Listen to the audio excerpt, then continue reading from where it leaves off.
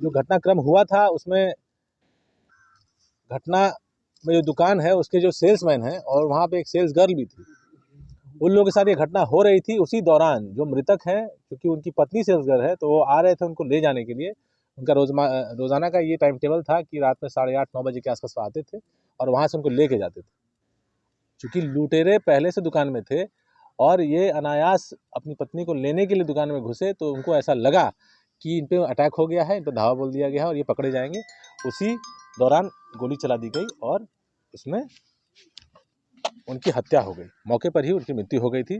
बाद में जो कार्रवाई हुई आप लोगों के सामने है। उस घटना का मुआयना किया गया और सीसीटीवी फुटेज को हम लोगों ने देखा तो एक पैटर्न निकल के आया था। कुछ दिन पहले अनीसाबाद गोलंबर पर भी एक दुकान है जो कि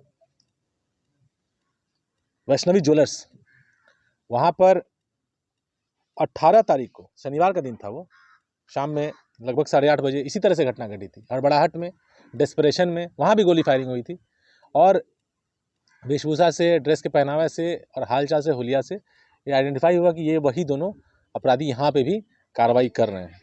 और अनुसंधान किया गया और टेक्निकली हम लोग देखें तो इस दोनों घटनाओं के बीच एक और घटना घटी थी। वो घटना थी 21 तारीख को कॉलोनी मोड़ के पास टेम्पो में एक ट्रांसजेंडर महिला को लूट के दौरान गोली मार दी गई थी, वो मर गई थी।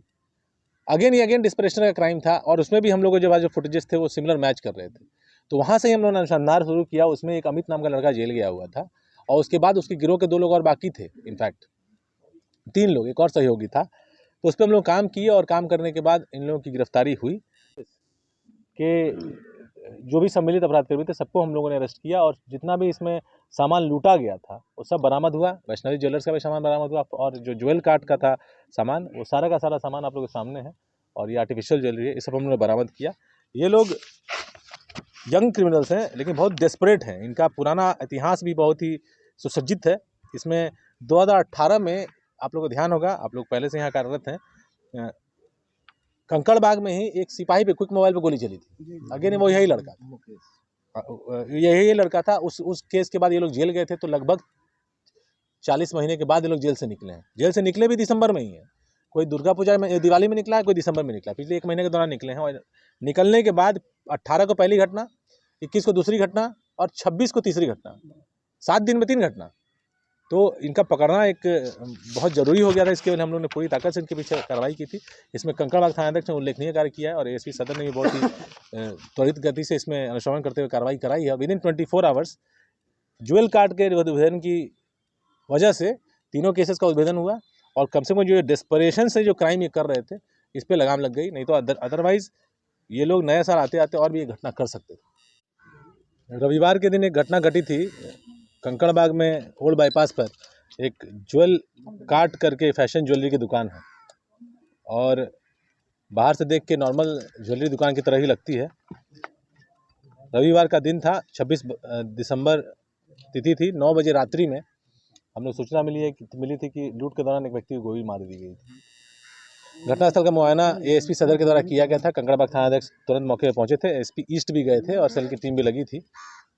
घटना बड़े निशंस तरीके से और बहुत ही ज़्यादा डेस्परेट तरीके से की गई थी और जब घटना का मुआयना किया गया तो हतप्रभ बात ये आई आश्चर्यजनक कि उस दुकान में कोई सोने का आइटम था ही नहीं। आर्टिफिशियल ज्वेलरी था और उसका दाम सेकेंड हैंड में या बेचने के टाइम पे कुछ मिलना भी नहीं है। इससे लगा कि ये जो अपराधी इसमें सम्मिलित हैं उनका होमवर्क भी बहुत कमज़ोर है और उनको जानकारी भी इस क्षेत्र की कम है, जिसकी वजह से उन लोगों ने ऐसी घटना कर दी। सर कुर्सी भी नहीं मिला, आगे सर आगे तो जाते हैं आप लोग, कुर्सी नहीं मिला सर, कुर्सी नहीं मिला। जनसंख्या इतनी ज़्यादा हो रही है ना देश की, जमीन कम पड़ जाएगी।